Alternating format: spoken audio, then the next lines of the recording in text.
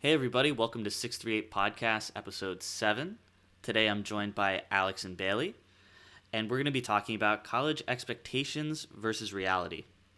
Now, I think we're kind of the perfect age to be talking about this since we're either just removed from college or kind of on our way out the door, and we've had time to really sink in what our college experiences have been versus high school and just versus the rest of our life, and how if it lived up to the expectations that we had for it going in.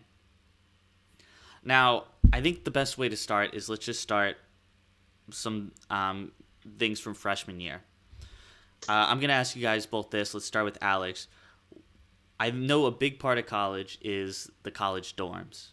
And I want to ask you guys, what are the college dorms actually like, at least compared, especially compared to what you thought they were going to be?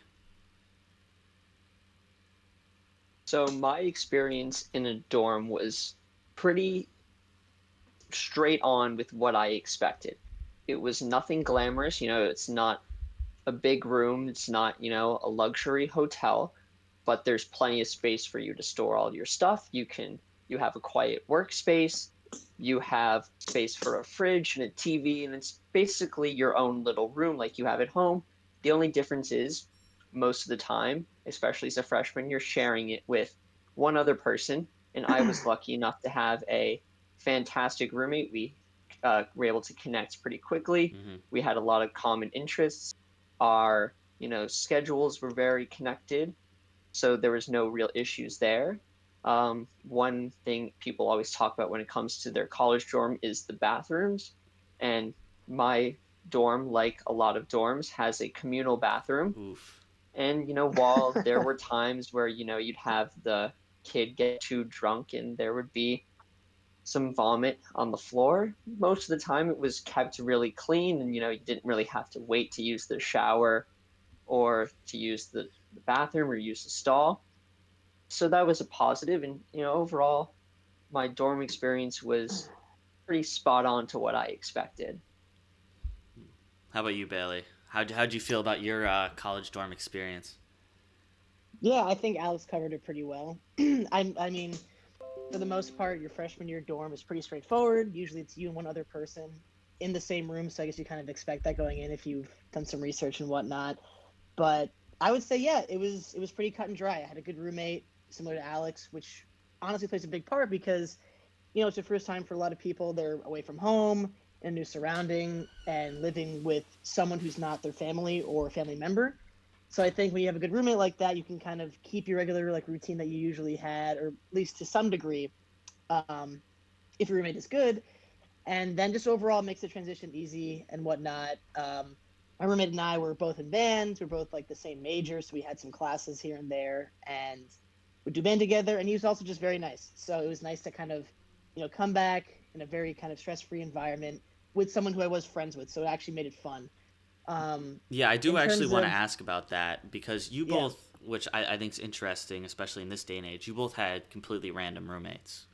Hmm. And I wanted to ask you a little bit to dive a little deeper into that. Like, how did that process of like getting that random roommate, like, how did it occur? And like, obviously the first week in, was it awkward? Were there any awkward moments?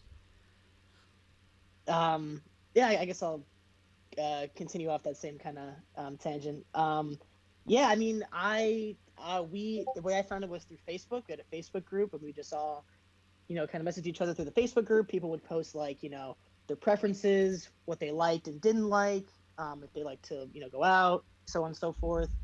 And then like through that, you just try to connect and like try to kind of have a rapport with people online, which can be hard, especially since you've never met them. But that's how it goes.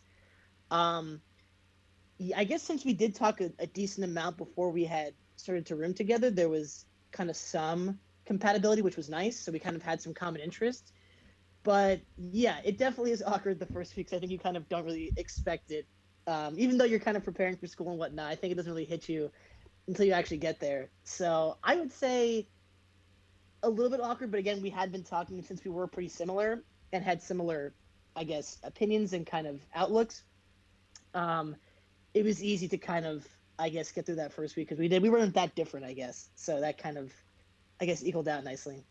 Yeah, I think like as I said, I was on the other side of the spectrum. I want to speak a little bit about that. Yeah. So my freshman roommate was one of my buddies from high school.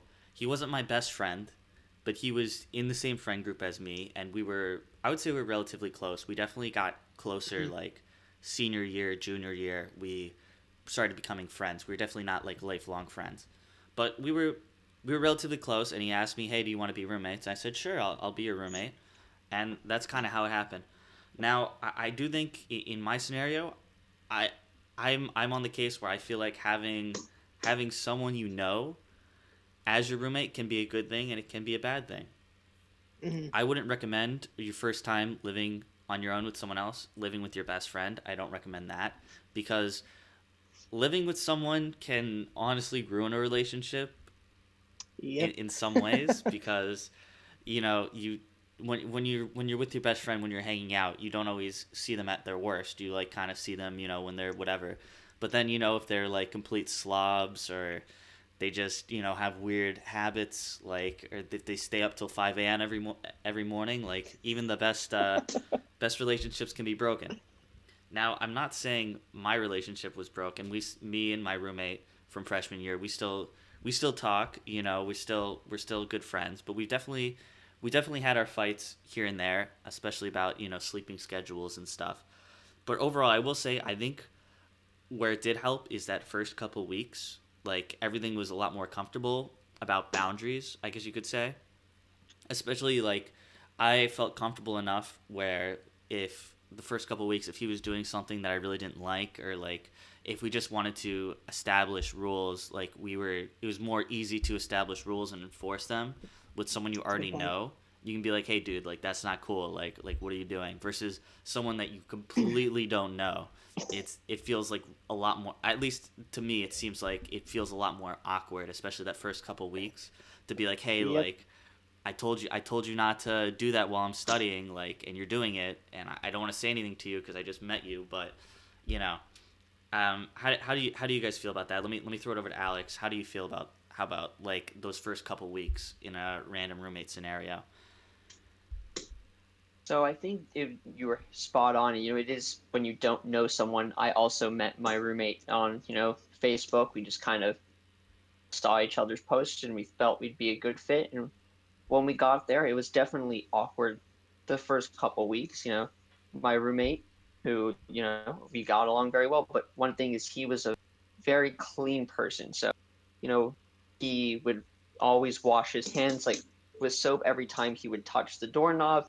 So it was just, some things that were just like getting used to. He was a little bit of a germaphobe, and that didn't bother me, but it was just something that like took getting used to. I would come in sometimes and he would just be vacuuming the carpet or wash or like Mm-hmm. Cloroxing his desk, and he would ask me, can you like give me a few minutes to finish up cleaning? And I would just had to get used to that he liked his room, and I guess it was our room, very clean. So it just took some time to get used to someone whose standards for cleanliness, if that's the right word, were a little bit stricter than mine. Right. Mm. Yeah. Yeah. Definitely. I definitely can see those sides of the spectrum. It's definitely something awkward the first weeks. It seems like, but if you get past that, it seems like it could be very rewarding. Especially, which I want to segue now into another kind of interesting thing I found out about college, and I want your guys' take before I give mine. Um, are people, so you're just into college, we're talking about freshman year. Sure. Are the people you meet, are they friendly, or how hard is it, or is it hard at all to make friends during those first, like, few months or that first year of college? I'll throw it to Bailey first this time. Yeah, I think it's a broad range of feelings for a lot of people. I think a lot of people are very outgoing because they're in a new environment, trying to really, start off pretty strongly. And also, people I think are trying to reinvent themselves. Not everyone, but some people. I've heard that from some people explicitly that they're trying to kind of start fresh. Not maybe some kind of 360, 180 kind of turn, but just maybe a little bit different. So I know some people kind of for that reason are a little more outgoing and whatnot. But then I know people are more reserved. I think everyone's just trying to figure it out because I mean it is such a new, especially if you're in a totally new environment, know nobody, which I was in that case. It's weird. You meet people like certain days and you're kind of friendly for like a bit, sometimes you kind of like fades a little bit. Sometimes you meet other people. Sometimes you'll see someone for like a day and then like not even see them again because you're just kind of, going in and around different friend circles. So at least in my experience, yeah, it was definitely interesting because I met some cool people. Then sometimes it would just kind of, not really pan out. But yeah, it's just a big kind of mix of people trying to, fit in, especially if it's very new. Hmm. I want to throw it over to Alex with the same question, and on top of that, like, was it easy or were you able to make new friends in those like first couple weeks in college, and like more so than just people being generally friendly, like were you able to make long lasting friends in those like first couple weeks? I'll split my answer into like two parts. So the people who I lived with on my floor, it was very easy to connect with them. There a lot of the guys on the floor, we all shared similar interests, and within the first couple weeks of school, we had a fantasy football league. We'd go to the rec center and we'd all play either some volleyball or basketball, and we were all very close very quickly. So that was nice. You would be able to come back to the dorm and there's a group of people that you were always comfortable hanging out with and you always had a good time with. But when it came to going to class, I found that a lot of the people I was not in a lot of really big lecture halls. So I had some like smaller size classes, about 40 to 50, even starting my first semester. And I found a lot of the people in my classes were not as outgoing, not as friendly. So it was harder for me to connect with people in class. So, whether I had like a question about what happened in class that day, or it was needing some help with the homework, that was harder for me to be able to find someone who I could talk to about that. But if I wanted someone just to hang out with and have a good time with, I had that pretty much immediately from the people on my floor. Right. Yeah, I definitely felt the same way as you in the sense that everybody on my floor, it was very very easy to make friends, especially that first week or two. Um, what I found interesting, that I kind of think this way about making new friends in college, is so I'm a pretty extroverted person, but my roommate is an extremely extroverted person, and I just remember literally the first day that I'm in my dorm, I'm trying to move in. He moved in a day early, like my parents and me were setting up my bed, and he just walks in with eight completely new people that I've never met before, and I'm like, oh, and who are these people? He's like, I don't know. I was just biking, and I just invited them over. So that was my first day at college. So I feel like from that experience, I kind of feel like if you're an extroverted person, it's easier to make friends because I think everyone secretly, especially those first couple weeks, and you're a freshman, or for the majority of people are looking to make new friends. It's just someone there needs to be a catalyst. Like someone needs to be the person to be like, hey, like I'm doing this, like come over or whatever. Which That's a good point. in my case, my roommate was definitely a big catalyst, and I got to meet a lot of new friends my freshman year. However, um, the other side of the spectrum, what Alex was talking about is, at least for me, what was good is I had those big lecture halls. So from those first couple weeks of like meeting people on my floor and stuff, when I would see them in the class, like we'd just sit together because there was a familiar face, and that's how those bonds kind of grew stronger. But I don't think, like I'll dispel this. I don't think you really meet too many people in class, or I haven't had any long lasting relationships that started from just going to a lecture hall without knowing them before, like knowing them from something or being familiar with them. I don't think just meeting someone like in class strictly and being very very good friends outside of class. I haven't personally encountered that. I want to throw it over to Bailey if you have any takes on anything we kind of just talked about. Yeah, I think you guys cover it pretty well. I mean, again, especially that first year, the people you're on your floor with, it's easy to kind of, you're seeing them all the time when you're getting up, getting back from class. So yeah, I found it easy to kind of like hang out with those people, like at like the food hall, like at the gym, rec center, whatever. So I agree with that. In terms of class, I know a lot of people, again, when it's freshman year, people are still kind of just, nervous about class, still in like a new environment. So I think people are definitely less approachable, at least at first. But I noticed that when I'd see people, here and there in a few classes, that's when I got to kind of like click with them. Hmm. And then we'd actually, go and do practice problems, go study, and then eventually start to hang out and kind of become friends. So yeah, I would say you're not going to really just, hit it off with someone like immediately at lecture hall or be friendly-ish in lecture and then expect to be friends outside. It definitely varies. Um, I think if you have a number of the same classes, over time, or if the class is more, group oriented, because sometimes you might be in a class, with like 200 people and it's only lecture and like there's no, participation really involved amongst the students themselves. So you kind of, Right. don't talk to certain people. So yeah, I agree with you on that one to an extent. Yeah, yeah, and I will say, adding on to that, if you're going to, if you're going to office hours, and if you're definitely like setting like at the library and whatever, I think those are some catalysts that could enable you to make friends from class if you're putting in that extra effort in class. But if you're just, I feel like if you're just going to class and then going back to your dorm and studying there and going to your class, then it's, at least to me, Right. it felt like it was a lot harder.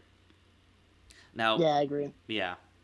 Now, moving on from the whole making friends in the first couple weeks of college, I want to talk a little more broadly about college. A lot of people, especially at state universities, have this um, stereotype that there's a lot of partying that goes on in college, or whatever. College is one big party. I want to start with Alex. What's your take on the partying that goes on in college? Like, and how many students do party, if any, and what's your take? My take is that if you want to go find a party, you're always going to be able to find one, I agree. especially, at a major state school with that could have, 40, 50,000 people, 40, 50,000 students. You know, chances are if you go out on any given night, there are a couple hundred, if not thousand people that had the same idea as you. But one important thing is, do you want to just go out and party or do you want to go out and have a good time with your friends? And I think if you're looking to do the latter, then I think, obviously you want to get a group of people. That could be a little more difficult. But if you're just looking to go out and you don't care who sees you, what you're doing, there's always going to be something there for you to do. Yeah, definitely. How do you feel about that, Bailey? Yeah, that's definitely a good distinction. I would say, especially, when you're at a big state school, there are, you can access so many people, not in a weird way, but there's just so many people to like always go out with or always be around if you do go out. So I agree, there's always a party somewhere, in that regard. So I would say, yeah, if you're looking for, you can always find it. But there is definitely a difference between, I think, going out with people or going to party. Going out with people can be a little more intimate. It could still be, I think more fun that way because it's kind of, more centered around the people you're with, not just being out in general, which I think which I think could be more fun. But I would say there definitely is kind of two groups. There are people, or not two groups, that's too black and white. Um, there definitely are people who are very studious and who really avoid going out and partying, which I understand. It's just a preference thing. But then there are some people who go out every night because they can and they can afford to do it. So that definitely does exist. But then there are people who are kind of just living the lifestyle where like they're kind of like a work hard, play hard thing where they work hard, study hard for the majority of the day, and then you know go out as often as possible. So there definitely are a few subsets of people in terms of that studying and partying balance. Yeah, I definitely agree that there's a spectrum of people that go out and party. There's definitely, obviously, in college in that age group, you're definitely going to over index on like the average person, like at the bars, like the bars are going to be more packed than if you're just at a random, no name town. That's kind of Right. obvious, but just because there are more people at the bars, that doesn't necessarily mean that everyone's at the bars. Like there are a lot of people that do stay in, and That's a study a good point. lot, and relatively, maybe they'll go out once, maybe they'll have like people over at their dorm and just hang out. Like a lot of people, I do know a lot of people that prefer that over either going to bars or going to house parties or whatever. I was actually going to add to that. Some people eventually like just stop going out, but like still. kind of like party in that sense, but in a more kind of relaxed and like intimate manner. Yeah. It's a good I'll add point. on to it. Also, I think it's a lot of who you surround yourself with. Hmm. Hmm. Especially we talked about forming those connections the first couple of weeks of college.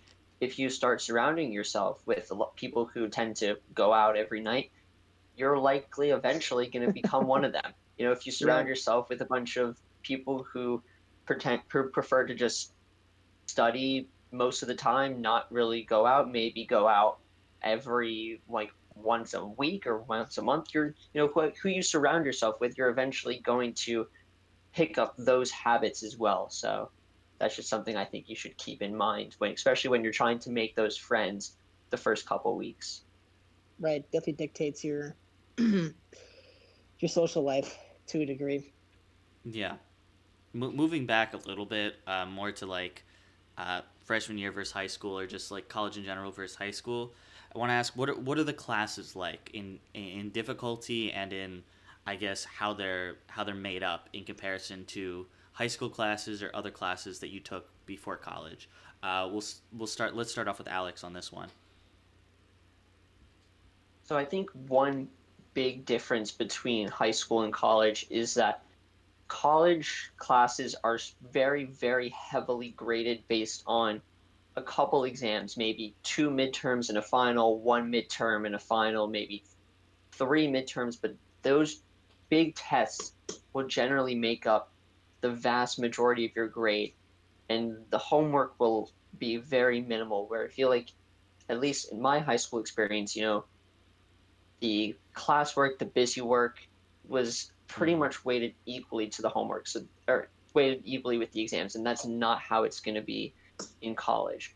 But generally speaking, I my experience is that high school does prepare you for college if you took high school seriously. If you were in a significant number of AP or IB or ACE classes and you studied for those classes and studied to pass those exams, you're probably going to be well set to tackle college where you're going to have to hunker down, those couple times a semester and just study and learn and process the material.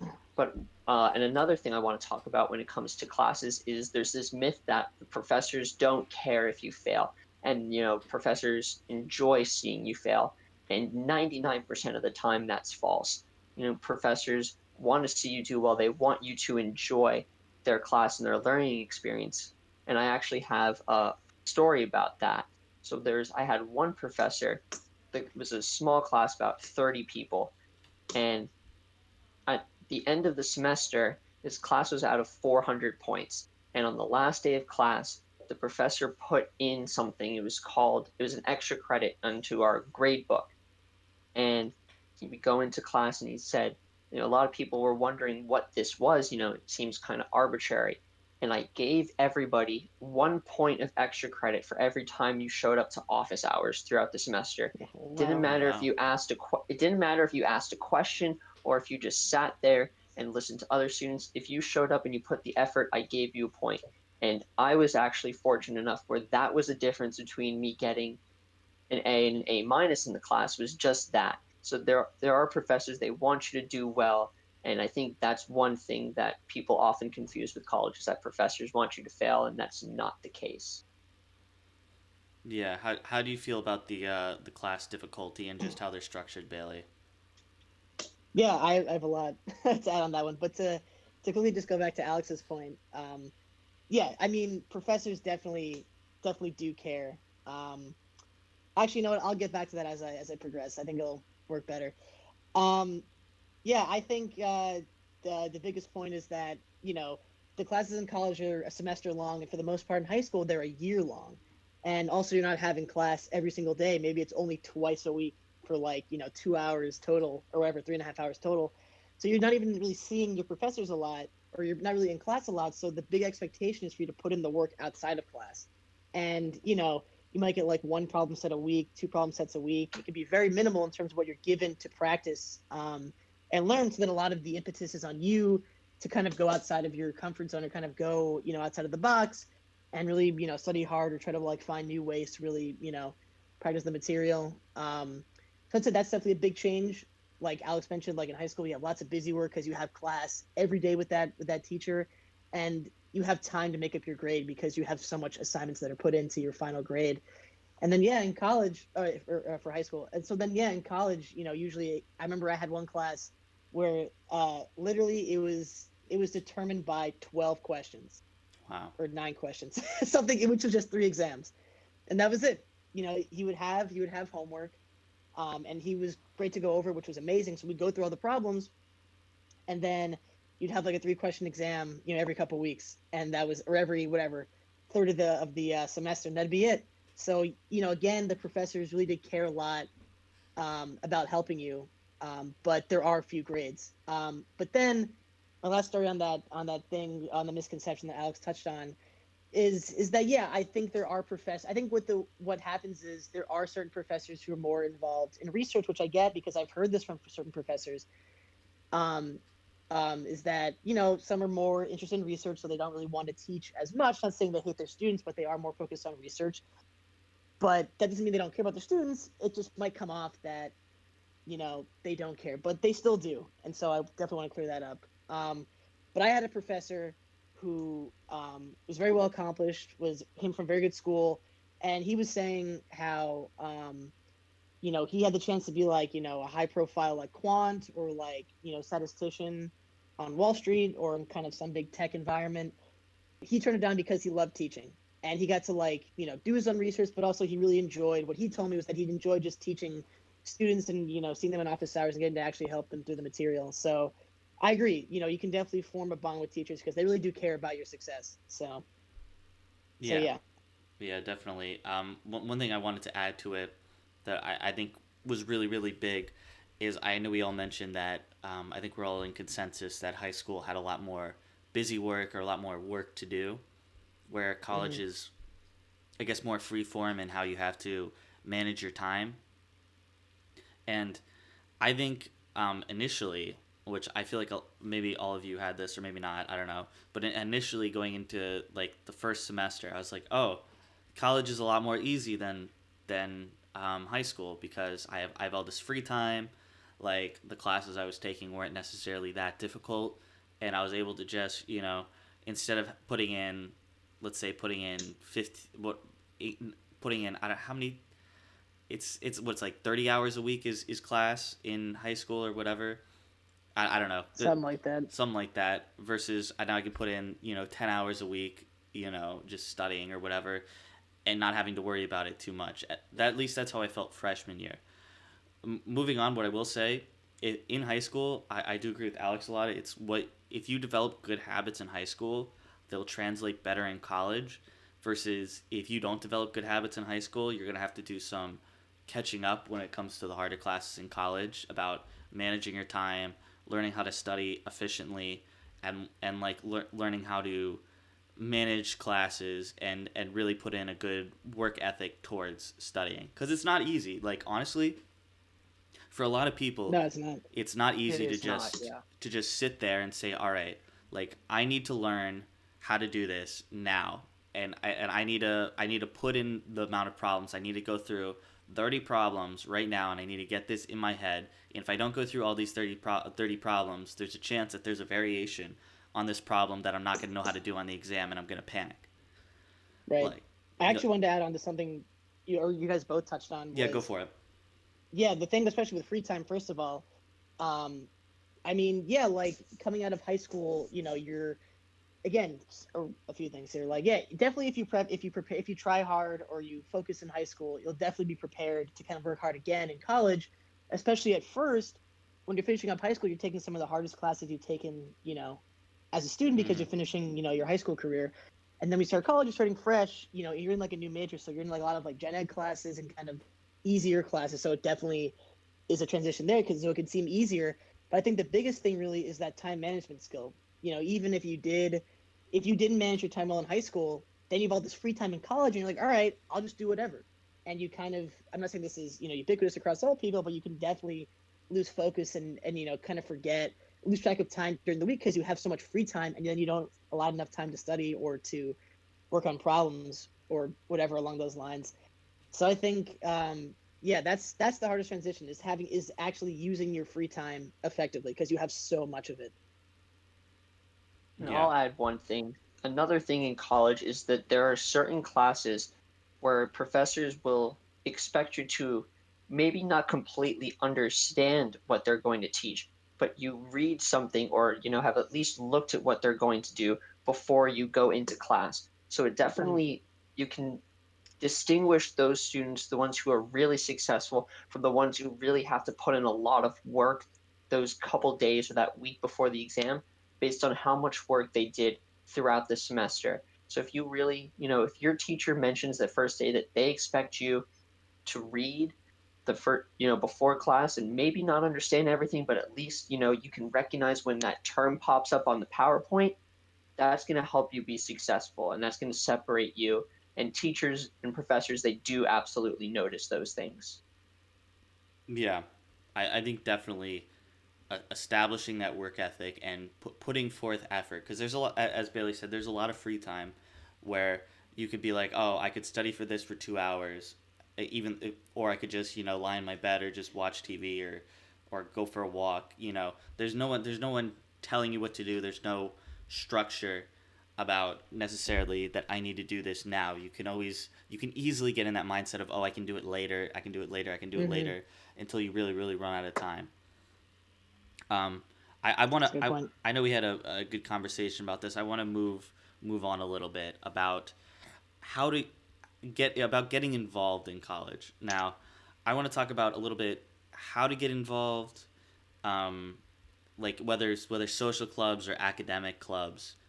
Um, do you guys feel like there's an advantage of getting involved, and do you recommend it? If so, why or why not? I'll throw it over to Alex first. I definitely think there is an advantage to getting involved because you're going to meet more people the more ways you get involved. And there, people don't lie when they say there's something for everyone in college. If you're really interested in playing old video games, there's definitely a club of people who meet once a week in a classroom and do that. If you're interested in maybe like a pre-law society, almost every college is going to have that. If you're looking for more social aspects, a lot of colleges, especially major state universities, have a strong Greek life.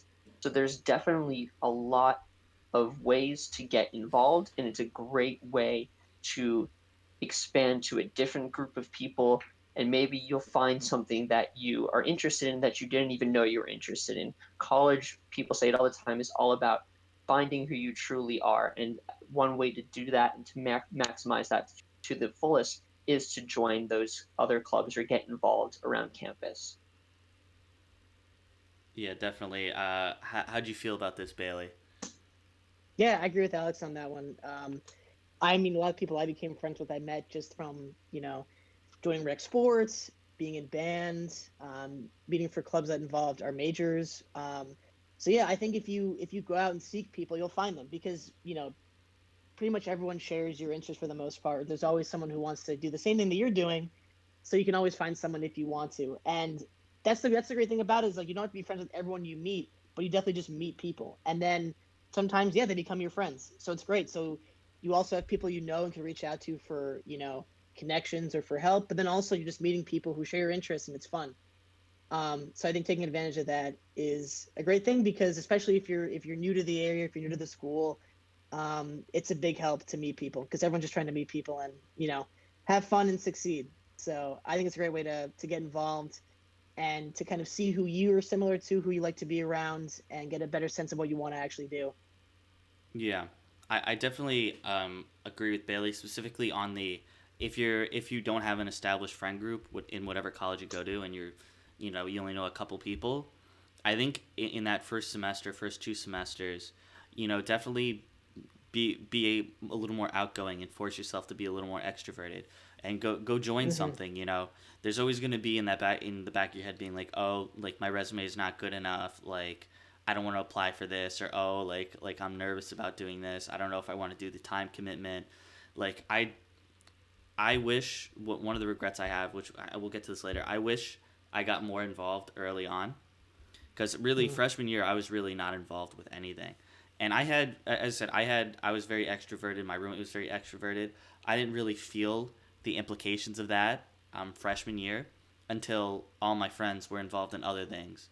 And then sophomore year happened, and everybody was kind of involved in things that I wasn't involved with, and were like moving on with those things, and I was kind of not doing that. So I definitely recommend putting yourself out there, and whether it's a fraternity, whether it's a social club, whether it's something more to do with your university, I definitely recommend going out and trying for it. And if you get in a program, like definitely like stay with that program for multiple years, because I did notice like I was in something. Um, I think it was beginning of sophomore year. It was called Leadership Development Program. I was in it. It was very surface level. I recognized a couple of faces that I knew from freshman year and whatever, but I didn't really make any connections there. But if for example, this program was a feeder into a more exclusive program, which was a feeder into a more exclusive program, if I stuck with that and I kept going into those channels, I would eventually hit a place where I knew people for multiple years within this program, and now it's more exclusive, and now I can make friends that way. Which I do know that there are definitely some people that I know that did that. And one more thing I want to add to this real quick is I feel like it's never too late to get involved in something. Like end of freshman year, Yep. excuse me, end of sophomore year, I ended up getting more involved, and I got involved in a fraternity and whatever. But it's definitely never too late. If junior year, even senior year, if you just want to get involved in something, there's nothing really stopping you except yourself. Like there's nothing stopping you from at least trying. Like definitely, all you need to do is have that courage to put yourself out there and to just go for it. Good point. Yep. Yeah. Moving on now, I want to talk a little bit about majors. So I don't know about you guys, but definitely to me there was a lot of pressure even before I got into college and orientation to pick a major. And I want to talk a little bit about your guys' thought processes when you guys picked a major, and your thoughts about switching majors, if it's okay and if it's not okay, and at what point is it not okay if it's not okay. You know, let's start with Bailey about just majors in general and how you picked yours. Sure. I'm very opinionated on this matter. I'll preface that. I guess so. What's the initial kind of question? I guess. When did they make you pick the major, and what was your process of picking your major? Okay, sure. Yeah. Usually right out of the gate when you're applying, they have you pick something. Sometimes you do apply. I mean, if it's more specialized, if it's for like a music or performance program or a very specific skill that you're actually applying for, then you usually apply for that major in particular, like music, dance, or theater. That's the example I can think of. Um, but then usually they just do it so they can kind of, place you somewhere where there is room that you can get into. So usually on like your application, they'll have you pick a major, or you can pick undecided. I know that is a choice. Sometimes you pick like, just like undecided, like exploratory. Um, and then so that's usually how it starts out. And then usually by I believe it's like the end of junior year, you have to declare it. But you can definitely declare it earlier if you do have an inclination towards something. Um, uh, I guess. Sorry, I have a lot of opinions on this one. So what else besides that before I go to tangent E? We were talking about switching majors, like if that occurs, like is it okay if that occurs? Sure. Yeah, I guess because yeah, I've a lot to add on this of what I'm Yeah. trying to imply. Yeah, I was so I guess I'll just get that out there. I was definitely very undecided. I had a lot of interest, and I was very nervous about committing to one thing and then regretting not doing Hmm. something else. For going something else. So I was always back and forth for at least year and a half, and I was definitely scared of like, oh, if I pick this, I can't do that. Oh no. And I think I just had this idea of like, oh, if you pick something, you're definitely defined by that. You can't break out of that label, which is definitely untrue. I was able to kind of take certain classes that were similar enough to other majors where I could pick and choose and kind of go back and forth if I needed to. Um, and eventually I was able to. I picked one or two majors, and I picked another one in my senior year as well. So you can definitely switch a lot, but I would say yes, you definitely can switch as much as possible as long as you can finish your degree on time. Don't don't switch around too much because the point of being there is to graduate with a certain knowledge. Um, Maybe not what you originally intended to do, but you are there to earn a degree. So definitely don't put it off too much, but you can definitely switch as long as you want. But make sure you do have a plan and how you choose to switch so you can finish your degree on time. Yeah, definitely. How do you feel about all this, Alex? So when I decided that I was going to attend the school that I attended, I was so certain that I was going to major in statistics and I was going to actually double major statistics in criminology. So when you got to the orientation and they had you, they gave you the option to declare one major, you couldn't declare two. I was like, I'm going to just declare statistics as my major because I'm 100% sure that's what I want to be. And they actually said, I remember hearing that they said 75% of college students switch their major at least once. And I was thinking to myself, no way that's true. Like, there's no chance I'm going to switch my major. Like, of course I know what I want to do. Like, that's crazy. And here I was. It was not even the end of my first semester of sophomore year. I switched my major from statistics to criminology, but I was far enough along with my statistics degree that I am now getting a minor in statistics. But I just realized that, taking stats one in high school wasn't exactly what every statistics class was like, and I didn't love it as much as I thought I did. So I changed, and there was nothing wrong with that.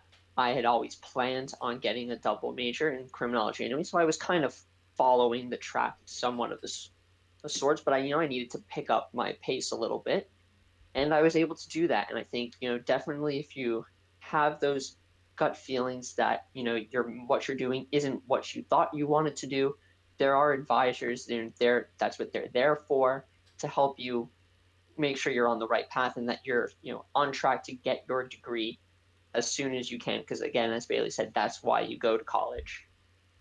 Yeah, Right? definitely. I kind of have a I guess my story of how my major happened was a little different than you guys.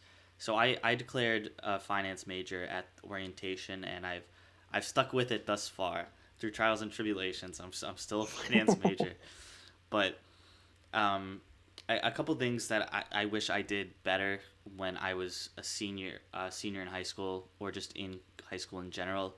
I wish I looked at the majors offered within the school that I was applying for, and like did some research on the programs, and then looked at the majors, and then really like did in depth about, okay, if I'm getting a finance degree, like what kind of jobs are out there, what kind of jobs could I get, like how employable am I, are these even jobs I want, and just do more general research like that. On top of that, I wish I also looked at more in depth during high school, like what sort of programs does the college specifically offer once you're in the college. Like for example, the college that I attend, there were a lot of dual master programs that they don't really advertise. It's well, they do advertise in your emails, but it's kind of like it's an if you know you know. Like if you know how to apply, then you know how to apply. You have to know someone to understand, okay, you need to be in this lecture class to get in favor with whoever's running the program, to then get to know them so that you can actually get in this program. Like No it's a whole comment. process.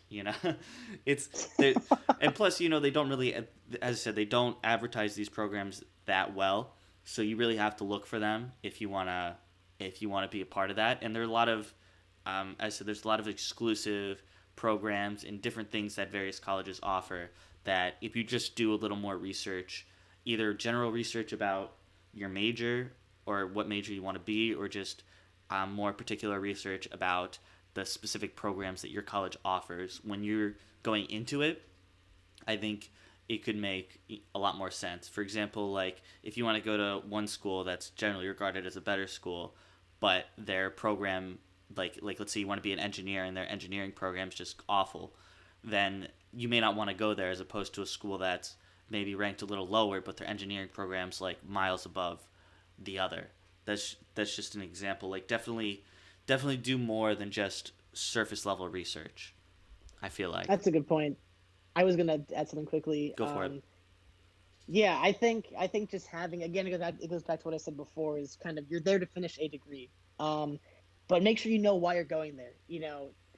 Definitely for some people, or for a lot of people, it is to find yourself, but I think it is to find yourself with an idea in mind, at least, so you can, so you're not wasting time, um, searching for no reason. Like, if you have an idea, then definitely kind of, not stick to it rigidly, but at least explore it so you know you're certain about it, or you definitely have an inclination to pursue it to some degree. Or if you do want to switch, again, make sure you do your research so you know what you want to do, so you're not unhappy, or having to Mm-hmm. rush through something, or again, wasting time without a real goal in mind.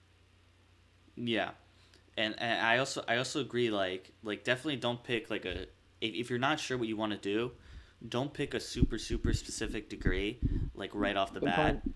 because for example, if you know you want to go into to business, you can for the first 2-3 years you can be a general business major or whatever, and it's for a lot of places it's generally the same course load as any other business degree. And then later along the line, you can take either an elective or two, or you're like, oh, I really want to be this major, and you take one of the harder classes, and then figure it out from there if you really want to be that or not. But if you, for example, if you definitely narrow it down first, I want to be in said field, then do more research about, okay, what classes overlap that I can kind of take, and give yourself time to feel out the classes and to really decide without wasting time. That I think Bailey was kind of alluding to. Yes, definitely. I want to end off with this. I think we had some really good discussions and some good advice for people either looking for college or people that are just being relatable to their college experience. I want to ask you guys this now. Looking back, some of our college careers are slowly looming, or our college careers are over. Um, I want to say I want to ask this. We'll start with Alex. Overall, are you happy with your experience in college so far? And if not, what would you change if you wanted to change anything about your college experience? Overall, I am very happy that the school I'm at is where I ended up.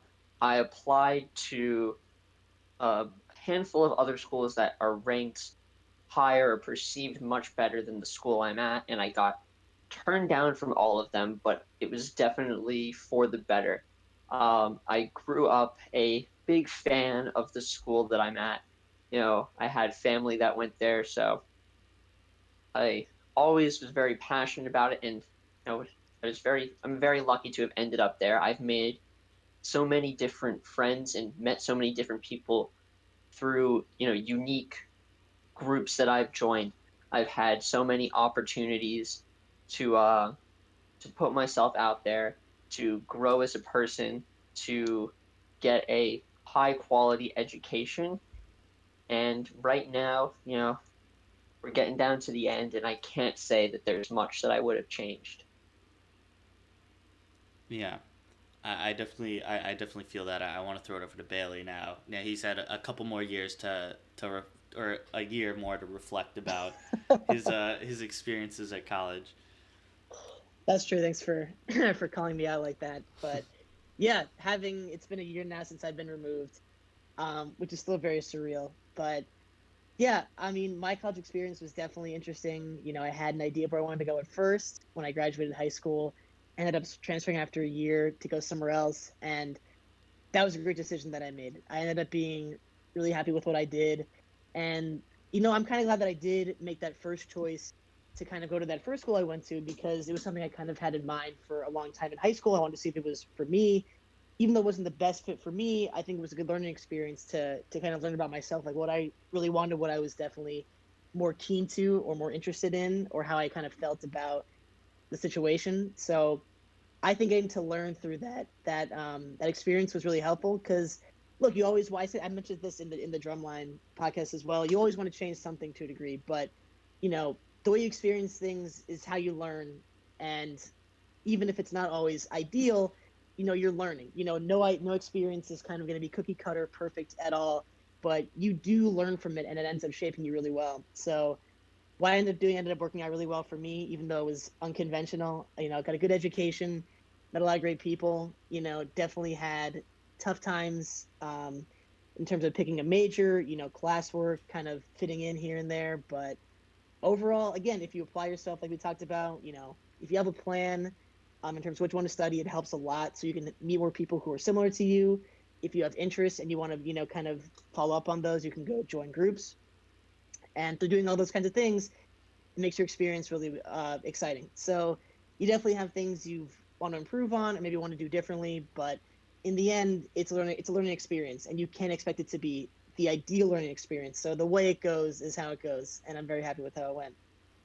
Yeah, I definitely definitely understand that sentiment, and I said college is just another stepping stone into learning, and you're just improving yourself. So nothing, you're never gonna have it perfect and not make mistakes or whatever, because those help shape you. But with that being said, I definitely one thing that I kind of harped on earlier is I definitely wish I got involved more early. I think in freshman year I had the mindset of, oh, like I want to adjust to the college workload and then figure it out later.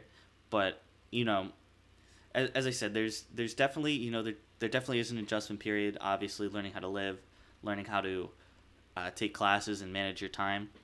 But definitely, it's really not that much effort, especially at the freshman level, to get involved to just start sticking your nose in the door, sticking your foot in the door of certain.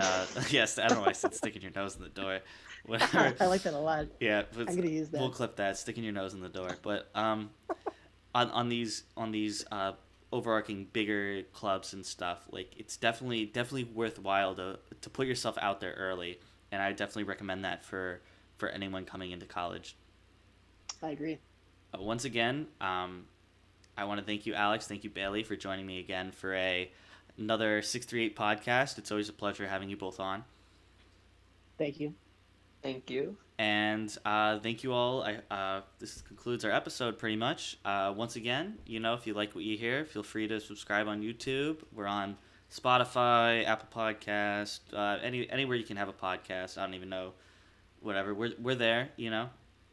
And thank you, and we'll catch you all next episode.